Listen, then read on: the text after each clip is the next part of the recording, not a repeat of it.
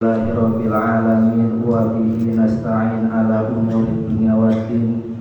Wassalatu wassalamu ala sayyidina Muhammadin wa ala alihi wa sahbihi ajma'in, amma ba'd. A'udzu billahi minasyaitonir rajim. Bismillahirrahmanirrahim. Rabbi shrah li sadri wa yassir li amri wahlul 'uqdatam min lisani yafqahu qawli. Subhanaka la ilma lana illa ma 'allamtana innaka antal alimul hakim. Wa jamilni ya badi'as samawati wal ardi ya zal jalali wal ikram bil fasahati wal balaghati wal bara'ah wahlul 'uqdatam min lisani yafqahu qawli bi riqqatin rahmatin rahmatin. Summa talinu juluduhum wa qulubuhum ila dzikrillah. Hadratul kiram yang kami muliakan, yang kami hormati, al-mukarram wal muhtaram al-ustaz Amsar Abdul Majid SPD selaku Ketua Dewan Kemakmuran Masjid Jami'at Taqwa beserta para jajarannya, al-ustaz Ta'miruddin Sya'bana Eskom, sahabat kami, para tuan guru, para masyayikh, para tokoh masyarakat, tokoh agama, para sesepuh, bini sepuh. Mohon maaf yang tidak bisa kami sebutkan satu persatu, namun tidak mengurangi mahabbah kami kepada hadirin wal hadirat. Alhamdulillah kita masih istiqomah di pertengahan bulan suci Ramadan ini, masih memburu, mengejar dan memperebutkan rahmah maghfirah dari Allah Subhanahu wa taala.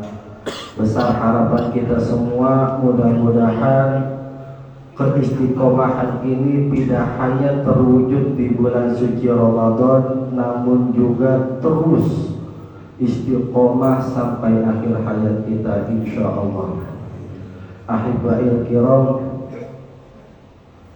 Allah Subhanahu wa ta'ala di dalam ayat Al-Quran biasanya menyandingkan kata keimanan dengan amal soleh. Kata keimanannya baik berupa isim fa'il maupun fi'il madi, baik si subjeknya yang beriman atau merupakan waktu yang telah berlalu keimanannya. Kata-kata keimanan biasanya Allah sandingkan dengan amal soleh. Contoh, illal ladzina amanu wa amilus solihati falahum ajrun ghairu mamnun. Orang-orang yang beriman dan yang beramal soleh, tidak lain dan tidak bukan bagi mereka akan senantiasa mendapatkan pahala yang terus menerus. Kata iman bersanding dengan amal soleh. Di ayat lain, innal insana lafi khusrin illa ladina amanu wa amilus solihati ila akhir ayat. Pada dasarnya manusia itu pada kerugian. Pada dasarnya manusia itu bukan pada keberuntungan, kecuali dua golongan kata Allah, orang yang beriman dan orang yang beramal soleh. Kalau pengen beriman, maka wajib beramal soleh. Kalau beramal soleh, maka wajib beriman. Ini hal yang gak bisa dipisahkan.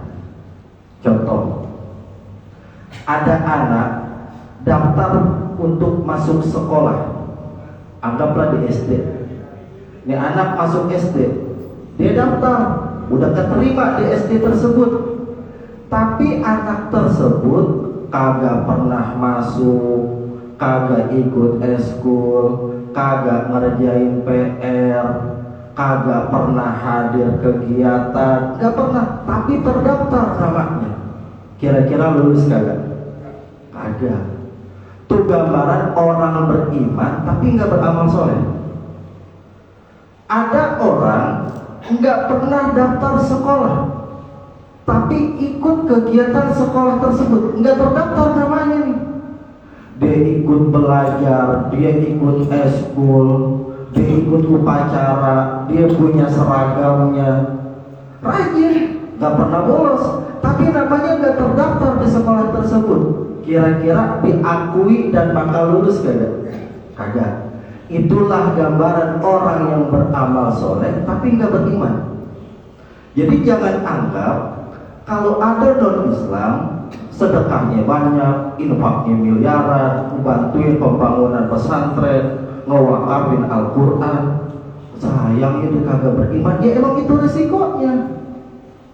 Dia tetap gak bakal dapat balasan di akhirat nanti. Mungkin di dunianya Allah berikan rahmat, tetap Allah kasih, keluarganya senang, bisnisnya makin lancar, betul. Tapi di akhiratnya dia tetap menjadi orang yang merugi. Maka amal soleh dan keimanan dua hal yang tidak bisa dipisahkan. Gak bisa. Iman doang, sholat kagak, puasa kagak, ngaji kagak, zakat kagak, sama orang tua melawan, sama guru songong, sama anak galak, sama bini kasar, nol, kagak lulus. Kayak tadi tuh ada anak sekolah daftar, ada anak daftar sekolah, tapi kagak pernah masuk sekolah, dia kagak lulus, percuma. Maka ini dua hal yang tidak terpisahkan. Salah satu amal soleh yang harusnya kita raih di bulan suci ini adalah puasa. Loh, puasa kewajiban, betul wajib, tetapi di dalamnya terdapat banyak amal-amal soleh yang senantiasa akan Allah lipat gandakan. Puasa luar biasa nih. Sedikit kami berikan satu gambaran kenapa puasa itu ada bahasa dari Al-Quran, min qablikum la'allakum tattaqun. Jadi puasa itu kutiba 'alal ladzina min qablikum la'allakum. Nah, puasa itu udah diwajibkan dari orang-orang sebelum kalian. Ternyata dalam kitab Tabihul Ghafilin, Al-Imam Abu Lais As-Safarqani menukil ada satu riwayat yang menyatakan bahwa Nabi Adam ketika Allah utus turun ke muka bumi diwajibkan untuk berpuasa. Dalam kitab Tabihul Ghafilin. Nah, kenapa Nabi Adam alaihissalam wajib berpuasa? Ketika itu Allah mengutus Nabi Adam alaihissalam turun ke muka bumi sebagai bahasa tanda kutipnya sebagai hukuman dari Allah Subhanahu wa taala kepada Nabi Adam karena telah mengkonsumsi sesuatu yang dilarang oleh Allah di dalam surga. Bahasa sederhananya karena Allah mengatakan wala taqrabah hadhihi syajarah, Adam, Hawa, jangan deketin tuh pohon, jangan deketin tuh makanan, jangan deketin tuh tumbuhan. Akhirnya karena tipu muslihatnya iblis, Nabi Adam tergoda, kemudian Allah turunkan Nabi Adam ke muka bumi. Nah, sebagai hukuman pertama yang Allah berikan kepada Nabi Adam, tanda kutip hukuman Nabi, Allah Subhanahu wa ta'ala memerintahkan Nabi Adam untuk berpuasa selama 1 bulan dengan tujuan membersihkan sesuatu yang sudah masuk ke dalam perutnya, yaitu buah yang dilarang oleh Allah untuk dikonsumsi. Maka kata Allah, hai Adam, hai Hawa, puasalah engkau selama 1 bulan untuk membersihkan sesuatu yang telah engkau makan padahal aku larang. Akhirnya disyariatkan berpuasa atas Nabi Adam dari Allah Subhanahu wa ta'ala.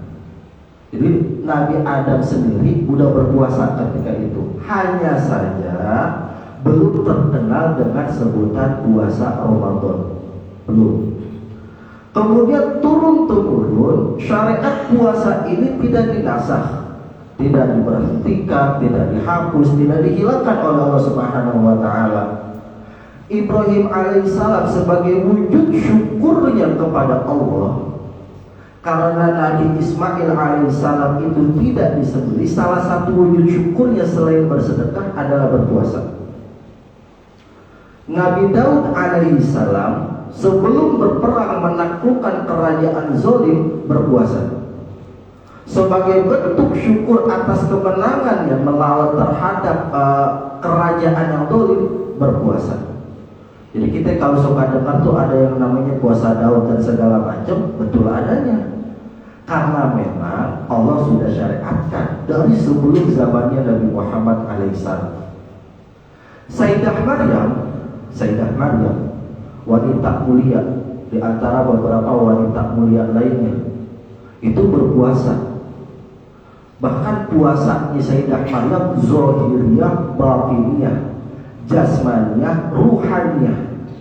Beliau tidak berbicara kepada laki-laki yang bukan haknya. Beliau tidak memandang laki-laki yang tidak pantas dipandang. Beliau tidak mendengar ucapan laki-laki yang tidak pantas untuk didengar. Enggak.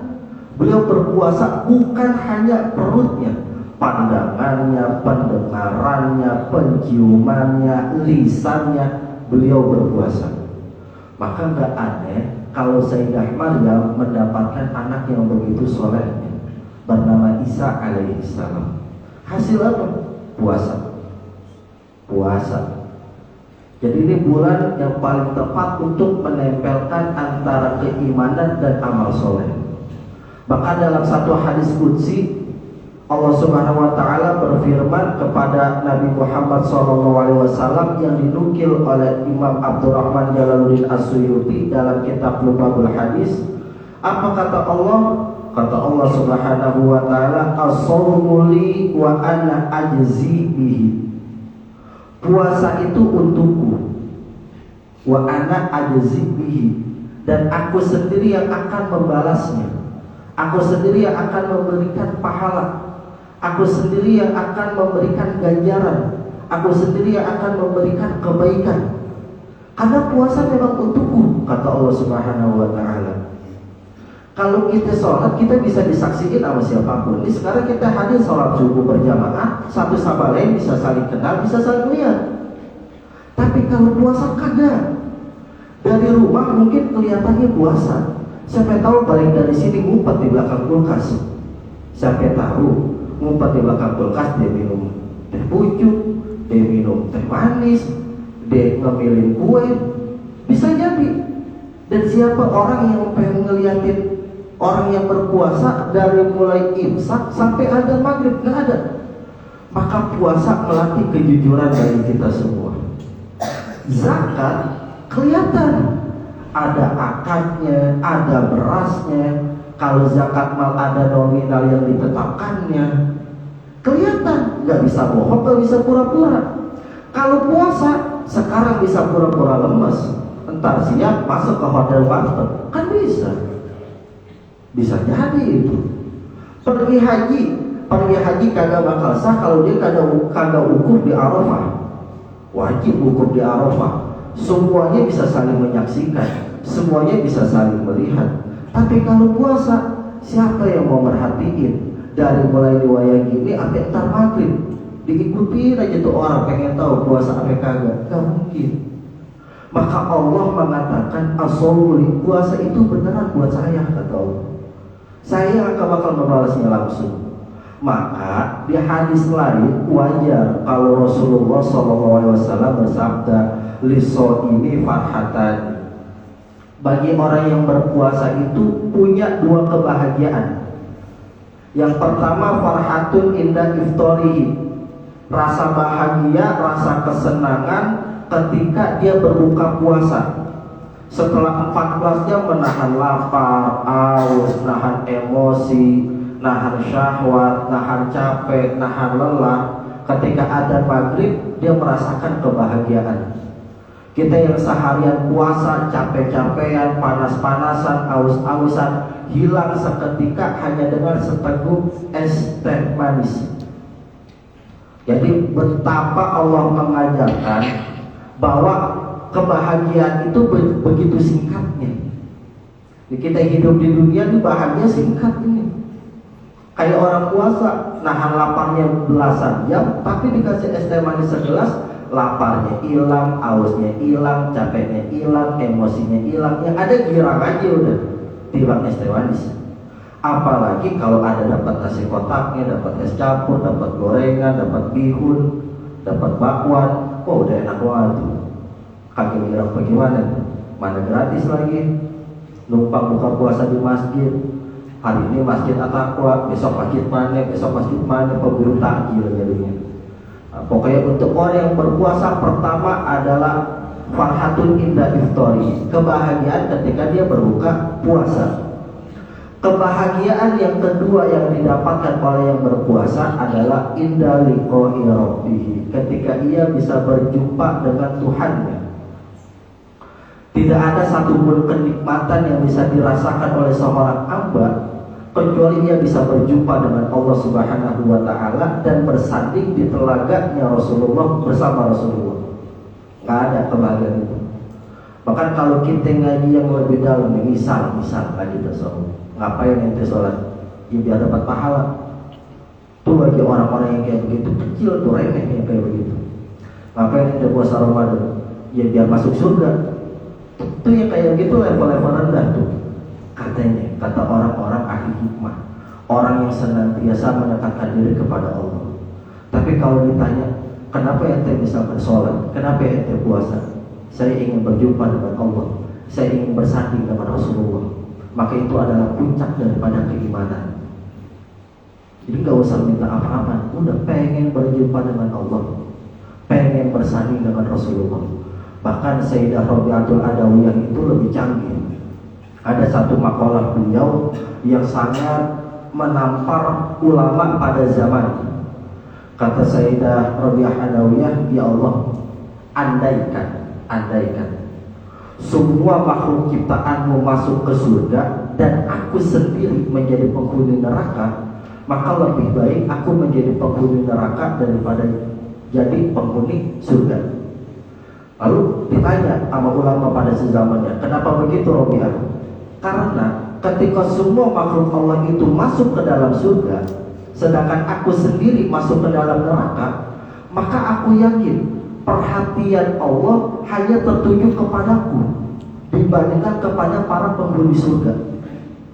Ini logikanya begini. Ini semua lagi pada kumpul di sini. Ada satu orang di teras di situ tuh. Ya orang pasti lebih merhatiin orang yang di luar masjid daripada kita yang di dalam. Karena dia beda sendiri, dia lain sendiri, dia aneh sendiri. Nah, Rabi'ah Adawiyah tingkat keimanannya udah sampai segitu. Gak apa-apa mau ditaruh di neraka, yang penting perhatian Allah tidak luput kepada Tuhan. Maka itu tingkat keimanan yang luar biasa. Puasa ini mengasah kita, menggodok kita, mengajarkan kita untuk mempertahankan keimanan sebaik-baiknya, meningkatkan keimanan semaksimal-maksimalnya. Karena puncak dari kebahagiaan bagi orang yang berpuasa adalah inda liqa'i rabbih, bisa berjumpa dengan Tuhan. Kemudian ada lagi satu hadis yang dinukil oleh Imam Abdurrahman Jalaluddin As-Suyuti, diriwayatkan oleh Imam Al-Baihaqi, bahwa Rasulullah pernah bersabda, naumus shaimi ibadatun wa sabtuhu tasbihun wa amaluhu mudha'afun wa du'a'uhu mustajabun wa damuhu maghfurun. Tidurnya orang yang berpuasa ibadah. Tidur nikahan ibadah. Tak anggap keluar dari masjid jam 6, tidur tuh, bangun-bangun jam 5 sore ibadah kan, lagi puasa. Ini keluar dari masjid jam 6 pagi, bangun jam 5 sore, ibadah kan itu. Ibadah monyong. Nih, zuhur kelewatan, asar telat, bangun-bangun jam 5 sore, dia mandi, datang ke masjid, dapat takjil paling banyak. Puasa yang dia begitu? Kagak. Lalu tidur yang seperti apa sih? Artinya tidur orang puasa yang normal ketika dia qailulah itu adalah ibadah yang dilipat gandakan pahalanya oleh Allah. Tidur dari jam 11 sampai zuhur itu adalah ibadah. Kalau di luar puasa saja itu udah menjadi sunnah, Apalagi kalau di dalam bulan Ramadan, maka pahalanya akan Allah lipat gandakan. Jadi tidurnya orang berpuasa aja itu ibadah. Hanya saja tidurnya yang teratur. Bukan tidur dari pagi bangun habis asar, bukan begitu modelannya. Ya? Jadi nggak benar yang kayak begitu. Apalagi ngelewatin johor, ngelewatin asar, kerja kagak, apa kagak, tetap aktivitas. Nah, dikatakan pula selain tidurnya sebagai ibadah, wasabtuhu tasbihun, diamnya aja dihitung sebagai tasbih. Orang puasa diamnya aja sebagai tasbih. Orang kalau lagi puasa kan mulutnya lumayan rada wangi ya. Kalau lagi puasa nih, mulut kita kan lumayan rada wangi. Udah makanya lebih baik diam lah. Itu juga dia udah kehitung jadi tasbih. Daripada ngomong menimbulkan perpecahan, daripada ngomong menimbulkan pertengkaran. Jam 12 siang sedang lapar-laparnya lagi puasa, mulut lagi kering-keringnya, lagi wangi-wanginya, mangap aja, napas kenceng bang. Orang jadi kagak khusyuk sholat dulu karena nyium baunya orang yang berpuasa. Makanya mendingan lebih baik diam. Jadi itu nggak bisa kita pukul, dan itu hal yang normal. Mulut bau itu hal yang normal. Namanya juga orang nahan lapar. Maka diamnya aja itu udah menjadi tasbih. Dan Rasulullah mengatakan wa amaluhu mudha'afun, amalnya orang yang berpuasa itu dilipat gandakan pahalanya. Amalnya dilipat gandakan. Jangan kira amal sholat itu, dibalik ke tadi, jangan kira amal sholat itu hanya yang berkaitan dengan ukhrawi. Artinya yang bersifat sholat, puasa, zakat. Enggak. Kerja untuk mencari nafkah aja itu amal ibadah. Kerja. Sabtu ada orang masuk kerja setengah hari, dia bela-bela itu dia berangkat kerja, itu adalah ibadah. Pahalanya Allah lipat gandakan. Kenapa? Karena dia punya kewajiban untuk menafkahi anak istrinya. Karena dia punya kewajiban untuk memenuhi kebutuhan orang tuanya. Karena dia punya tanggung jawab untuk membeli kebutuhan makanan kedua orang tuanya. Itu adalah kewajiban, itu adalah amal soleh, itu adalah ibadah. Maka jangan khawatir orang yang kagak bisa tarawih di malam hari karena bentrok dengan jadwal kerja di shift malam. Orang yang tidak bisa melaksanakan sholat tarawih karena dia ada kewajiban untuk meeting dengan atasan. Gak apa-apa, jangan dikucilkan. Betul bahwa tarawih itu hanya ditemukan pada bulan suci Ramadan, tetapi tidak betul untuk menghukumi orang yang berhalangan tarawih karena ada hajat yang lebih penting. Sama-sama beramal, sama-sama dilipat gandakan. Maka jaga lisan, jangan sampai menyakitkan hati siapapun. Ibadah, gak apa-apa yang kayak begitu. Oh saya ini kerjanya security, malam harus jaga, gak bisa tarawih. Ya gak apa-apa, orang dia punya kewajiban untuk bekerja. Toh itu juga dihitung ibadah, toh itu juga amal soleh, karena harus menggugurkan kewajibannya sebagai kepala keluarga. Dan wa du'a'uhu mustajabun, doanya mustajab. Doa orang puasa mustajab. Kita sangat amat menginginkan bahwa doa kita itu senantiasa diijabah oleh Allah. Karena Allah yang memberi garansi, ud'uni astajib lakum, berdoalah kepadaku maka niscaya aku akan mengijabahnya. Tentu siapapun punya keinginan untuk diijabahi doanya. Maka kalau kita ingin merasakan betapa dahsyatnya doa diri kita sendiri, sekaranglah waktu yang tepat. Ketika bulan suci Ramadan ini, perbanyak doa, perbanyak mohon kepada Allah, terutama memohon ampunan. Kalau misalnya kita pengen minta sesuatu yang sifatnya duniawi, ya nggak masalah. Tapi jangan lupa kita punya kewajiban untuk memohon ampunan dulu.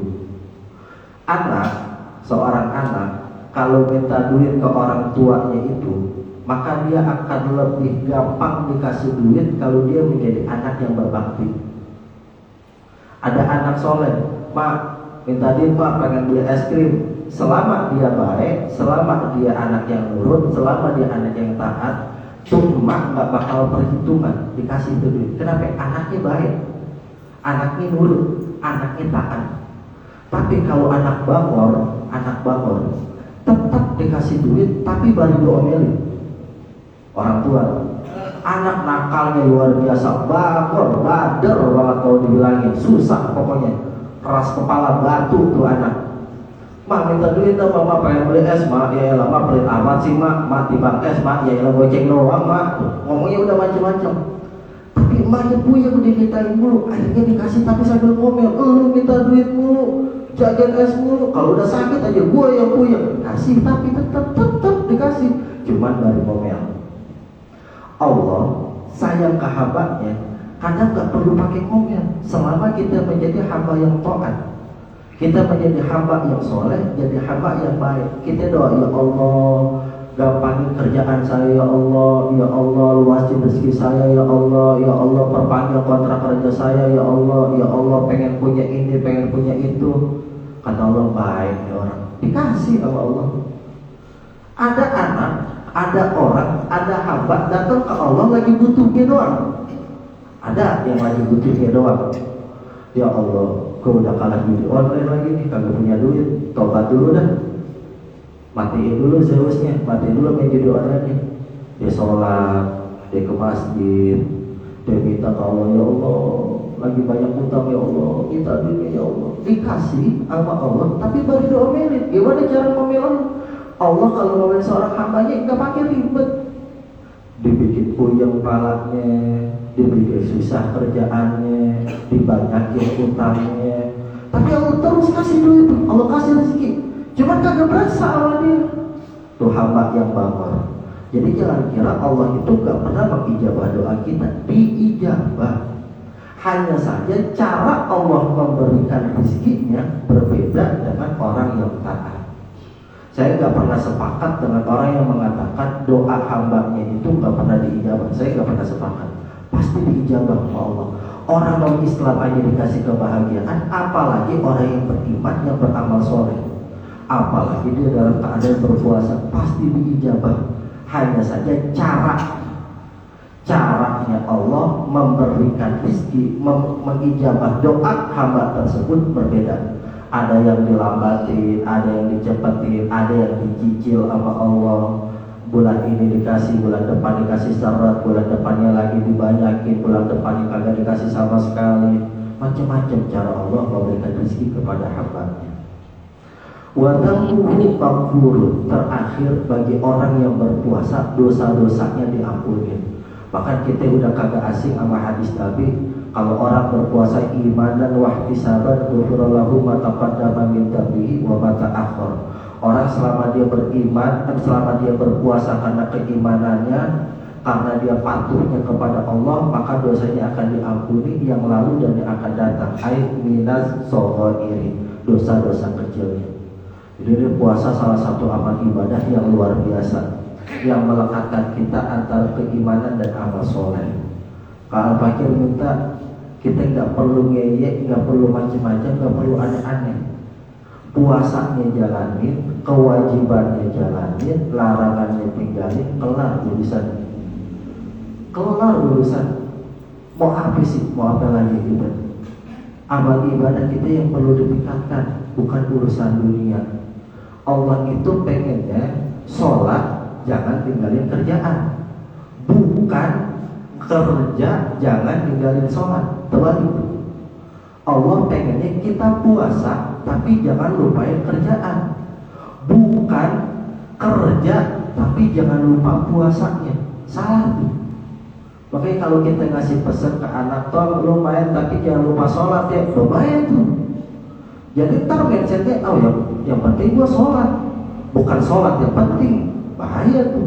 Toh nggak apa-apa lumayan, yang penting jangan lupa puasanya ya, jangan sampai batal. Ntar mindsetnya, ayo yang penting puasa, bukan puasa yang penting. Bahaya tuh kayak gitu. Sholat jangan lupa kerja, bukan kerja jangan lupa sholat. Puasa jangan lupa kerja, bukan kerja jangan lupa puasa. Berbahaya. Tutanemin dari sekarang. Karena yang menjadi kewajiban adalah sholatnya, puasanya, bukan mainnya, bukan apa-apanya, bukan. Udah kita mau urusan di dunia, serahin aja sama Allah. Selama kita mengikuti, menancapkan keimanan di dalam hati kita, mengamalkan amal-amal soleh, maka semua urusan akan Allah selesaikan atas kekuasaannya. Maka seluruh cita-cita akan Allah wujudkan dengan segala kekuasaannya. Maka segala keinginan akan Allah berikan atas dasar kekuasaannya. Al-Fakir ngomong kayak gini bukan mengkosong, tapi merasakan. Jadi kalau misalkan kita pengen sesuatu sama Allah, deketin aja Allah. Sebagaimana kita ingin merayu orang yang kita sayang, maka kita deketin orang tersebut. Kalau kita pengen sesuatu sama bini, deketin bini kita. Pengen minta sesuatu sama emak, deketin emak kita. Kan begitu juga sama Allah. Deketin, rayu dengan cara banyak istighfar dan beramal soleh. Maka terakhir, keimanan dan amal soleh bukanlah hal yang bisa dipisahkan. Dia adalah sesuatu yang memang satu paket, tidak bisa dipisahkan. Ada orang beriman tidak beramal soleh, maka dia tidak akan pernah lulus. Ada orang yang beramal soleh tapi tidak beriman kepada Allah, maka dia tidak akan pernah selamat. Keimanan dan amal solehlah yang menjadi acuan bagi kita dalam menjalankan kehidupan di dunia ini. Maka saya tutup dengan firman Allah, wa'adallahu alladziina aamanu wa 'amilus shalihat lahum jannatun tajri min tahtihal anhar. Allah berjanji akan memberikan surga yang di bawahnya terdapat sungai-sungai indah bagi orang-orang yang beriman dan beramal soleh. Mudah-mudahan kita senantiasa istiqomah menjadi orang yang taat kepada Allah, istiqomah menjalankan segala perintahnya, menjauhi segala larangannya, istiqomah menjalankan sunnah-sunnah Rasulullah, istiqomah berbakti kepada kedua orang tua, hormat kepada guru, menggugurkan kewajiban kita kepada keluarga, memenuhi semua apa yang ingin kita cita-citakan dengan harapan Allah Subhanahu wa taala senantiasa merahmati dengan rahmatnya dan maghfirahnya. Wallahu a'lamu bishawab, wa ilaihi marji'u. Afwan, cuma ini yang bisa kami sampaikan. Mari kita tutup dengan doa yang diawali dengan suratul Fatihah. Sekali lagi, mudah-mudahan Al-Fatihah ini membuka hati kita, menerangi hati kita, menyinari hati kita, melapangkan hati kita. Ila hadratin Nabi Muhammad sallallahu alaihi wasallam wa ala alihi wa azwajihi wa awladihi wa dhurriyyatihi wa qarabatihi al-kiram. Syai'u lillahi al-Fatihah. A'udzu billahi minasyaitonir rajim. Bismillahirrahmanirrahim. Alhamdulillahi rabbil alamin. Arrahmanirrahim. Maliki yaumiddin. Iyyaka na'budu wa iyyaka nasta'in. Ihdinas siratal mustaqim. Siratal ladzina an'amta 'alaihim ghairil maghdubi 'alaihim waladdallin. Summa ila jamil anbiya'i wal mursalin wal khulafa'i ar-rasyidin sadatina Abi Bakr wa Umar wa Utsman wa Ali radhiyallahu ta'ala anhum wa an baqiyati sahabati Rasulillah minal ansari wal muhajirin wat tabi'in wat tabi'in tabi'in wa man tabi'ahum bi ihsanin ila yaumiddin wa syuhada'i wal awliya'i was salihin wal ulama'il 'amilin wal musannifin wal mukhlasin wa jami'il mujahidin fi sabilillahi ajma'in wa jami'il malaikatil muqarrabin wal harbiyyin khususan ibadikal fuqara ila rahmatik. Silakan sebutin nama almarhumnya.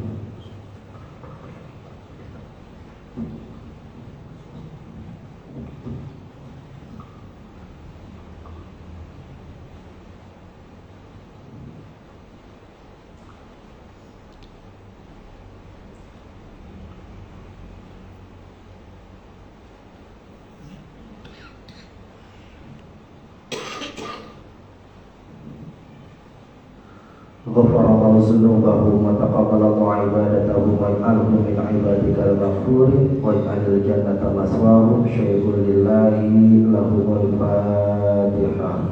A'udzu billahi minasyaitonir rajim.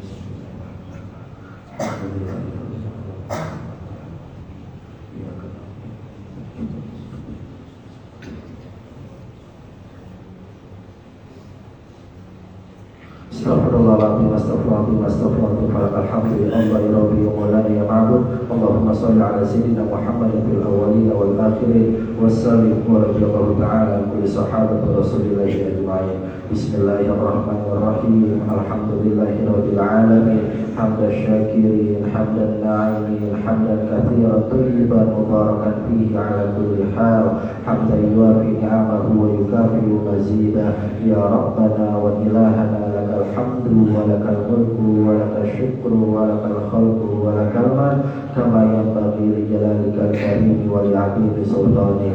Allahumma ya da'imal fadli 'alal bariyah, ya basital yadaini bil 'adiyah, ya sahibal mawahib saniyah, shalli 'ala sayyidina Muhammadin khairil wara sajiyah, waghfir lana ya dzal 'ula fi hadhihi al-'ashiyah wa 'ala alihi wa sahbihi wa mawalah. La haula wa la quwwata illa billah. Allahumma ighfir lana dzunubana wa li walidina wa li masyayikhina wa li mu'allimina wa liman lahu haqqun 'alaina wa liman ahabba wa ahsana ilaina wa li jami'il muslimina wal muslimat wal mu'minina wal mu'minat al ahya'i minhum wal amwat. Allahumma ya mudabbir dabbir wa ya muyassir yassir wa ya musahhil sahhil sahhil umurana wa balligh maqasidana waqdi hawaijana wa saddid duyunana wa nawwir qulubana wa shrah sudurana bi rahmatika ya arhamar rahimin. Allahumma ya kafi ya mugni ya fattah ya razzaq, ya kafi ya mugni ya fattah ya razzaq, ya kafi ya mugni ya fattah ya razzaq, ya kafi ya mugni ya fattah ya razzaq. La ilaha illa anta ya hayyu ya qayyum ya hannan ya mannan ya badi'as samawati wal ardi ya zal jalali wal ikram. Rabbana hab lana min azwajina wa dhurriyyatina qurrata a'yun waj'alna lil muttaqina imama. Rabbana taqabbal minna innaka antas samiul alim wa tub 'alaina ya maulana innaka antat tawwabur rahim. Rabbana atina fid dunya hasanah wa fil akhirati hasanah wa qina 'adzabannar. Wa sallallahu ala sayyidina Muhammad wa ala alihi wa sahbihi wa sallam. Subhana rabbika rabbil izzati amma yasifun wa salamun alal mursalin walhamdulillahi rabbil alamin. Al-Fakir minta maaf banyak salah, banyak ucap, baik itu perbuatan, perkataan atau